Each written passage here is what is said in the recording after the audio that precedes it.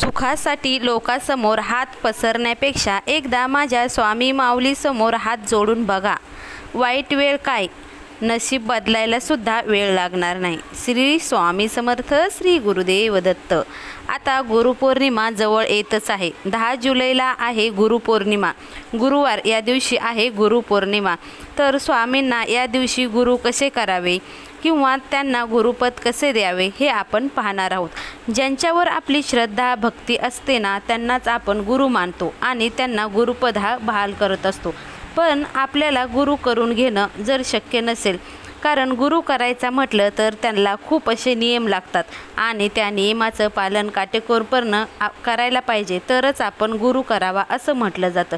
आपल्याला गुरु करता आला नाही आणि गुरु न करता सुद्धा आपल्याला स्वामी महाराजांना किंवा अन्य कोणत्याही गुरुला गुरु मानायचं असेल तर समजा स्वामी महाराजांची आपण सेवा करतो, पण स्वामी महाराजांना आपण गुरु केलं नाही किंवा त्यांचे गुरुपद घेतलं नाही, तर स्वामींना गुरु कसं मानावे?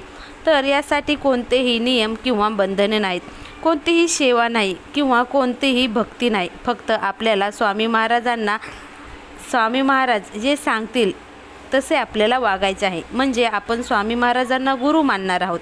मग गुरुचं ऐकणं हे शिष्याचं कर्तव्य आहे. म्हणून स्वामी महाराज जसे सांगतील तसं आपल्याला वागायचं आहे. अशा वेळी आपले गुरु म्हणजे स्वामी समर्थ महाराज होतात. यावेळी तुम्ही त्यांचे सेवेकरी आणि शिष्य होतात. यासाठी स्वामीचे ऐकावे लागतात.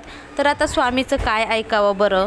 म्हणजे आपण आता स्वामींना गुरु केले, आता त्यांचं काय ऐकायचं? तर पहिलं म्हणजे कर्म चांगले ठेवा. दुसरं म्हणजे सतत स्वामी नामांचा जप करा. तिसरं म्हणजे कोणाची निंदा करू नये. परस्त्री माते समान, परधन्य घेऊ नये. यासारख्या ज्या गोष्टी स्वामी महाराजांनी सांगितल्या आहेत, त्या स्वामी महाराजांच्या गोष्टीच्या नियमाचं पालन तुम्ही नक्कीच करा आणि स्वामी महाराजांना तुम्ही गुरु माना. गुरु मानायला काही लागत नाही.